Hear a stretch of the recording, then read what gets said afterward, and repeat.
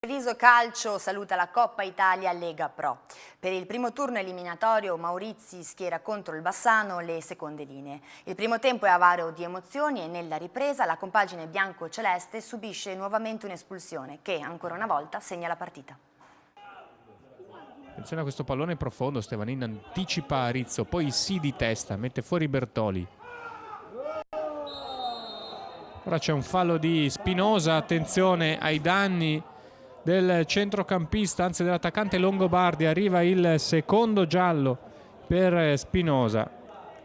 Di fronte Stevanin, lo punta Rizzo, dribbling secco, Rizzo il destro in mezzo, riesce David a respingere, palla ancora respinta, arrivano gli applausi però per Leandro Rizzo. Ora Bianchetti, tocco in area di rigore, Esposito prova a girarsi il tiro, ora in mezzo sì, mette fuori Stevanin. Ancora il traversone, non ci arriva Bianchetti, c'è l'anticipo di Bertoli e quindi è il vantaggio del Bassano al 24esimo minuto del secondo tempo.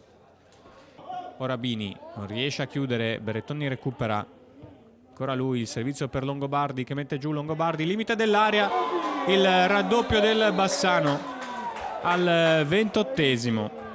Noi questa partita ci è servita soprattutto per vedere Bini in un determinato ruolo e ci è servito a me è servito per dare minuti a Bianchetti e mi è dispiaciuto per l'infortunio di Garofalo e niente, così abbiamo giocato comunque con gente che non ha mai fatto la prima divisione,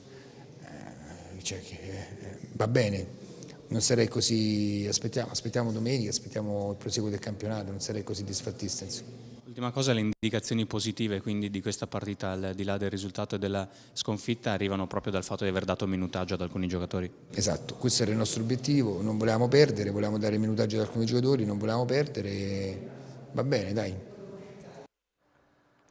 Questa